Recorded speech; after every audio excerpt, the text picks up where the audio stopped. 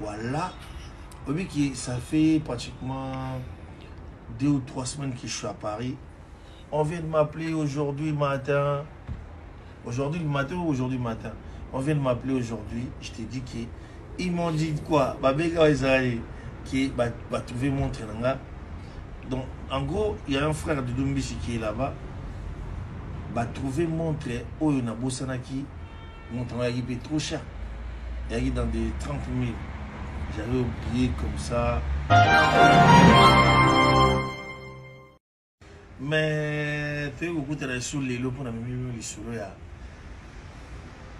le Belgique. Oui, puis Katanga wana eza musique. Bandeko, batata, ba maman. Oui, puis nalalaki na ba hotel. Oui, puis toi batu Hermogo. Ogobo sana bilo matoi, j'avais oublié. Erani ma montre, la montre ou 10 montres. Oui, puis j'avais oublié ma montre. Voilà. Oui, puis ça fait pratiquement 2 ou 3 semaines que je suis à Paris. On vient de m'appeler aujourd'hui matin. Aujourd'hui le matin ou aujourd'hui matin? On vient de m'appeler aujourd'hui. Je t'ai dit qu'ils m'ont dit quoi? Qui va trouver mon train. Donc, en gros, il y a un frère de Dumbisi qui est là-bas. Va trouver mon train. Oh, il y a un Bossanaki. Mon train est trop cher. Il est dans des 30 000. J'avais oublié comme ça. Et ça benga lelo. La katanga qui va retrouver mon train. Va trouver tout, va retrouver. Va trouver. Bon, va retrouver mon train. Et ça linga bien. Qui na sir de Dumbisi a eu la montre. Oui, papa, oui, mon train. Oh, elle est solo. Il y a un bossé dans la katanga qui est en Afrique du Sud. Dans un hôtel Moukou, la Rose, je crois. Dans un hôtel Mon Rose. On a dit la Révolution, je crois. Dans un hôtel Wana. Bah, monument, et puis, bah, benginga, il y a 6 heures. Il fallait pas payer son pichum bakala, mais il fallait ngana di maquiller, bah, payer son oui.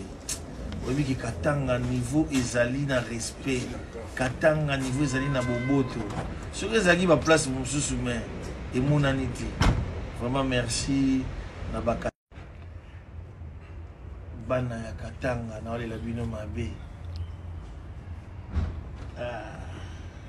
Je suis dans le tatou là. Oui, qui ma montre. J'avais oublié dans le ok déjà. Il montre à 30 000 $. Kobo Sanayango, dans l'hôtel La Rose. Ce que tu es dans l'hôtel La Rose, Barola Kisayo, montre à 30 000 $. Dans l'hôtel Le Bélier, dans l'hôtel Le Bélier, dans la Caravia, dans la Rose. Kango 1, Kango 2. Ouais. Après, dans l'hôtel Mouba suite, 250 par jour. Et ça, à côté, hôtel, comment on a gagné? Ah, Katanga. Après, je me suis trouvé dans ma trésor pour tout. Dans Rodrigue, Kalonji, Papa Sauce. C'est deux Joe Kizi, trop bien, Joe Kizi. Amanga trop bien na Katanga, alinga itina zanga même maya romela. Pichumba kala manga très bien. Trésor Kanga. Amanga bien. Vraiment nana inulia. Hermogo na olia na ma place moi zaki belé hein. Te Katanga na Katanga mikolo Katanga kaka. Les Katangais sont trop gentils. Tu vois un peu ma province, tu vois Basoki. Bah, gentil le roi Katangais. Vraiment, franchement, les Katangais sont trop gentils. Katanga Yabiso, Katanga Wetu, Wandani. Katanga. Et on a envie de les suivre Katangais parce qu'ils sont trop. Oui, puis qui est pour Nanini, na olobe la maman Katanga. Tala. Katanga, niveau ya respect aux Arakuna. Bon, bah, vous voyez à Kabatou. Tu vois, tu veux aller, tu vas partir quand non. Ah, il y a Céléo. Bon, Kende, Mbokalabino Poto quand. Ceux qui vous ont dit que ça va déconner, ce qu'on a bamboté. Il y a un moment où on a respect. Aujourd'hui, même des jeunes, même des soginans, bazali sous na ba respecté ba maman na ba poli.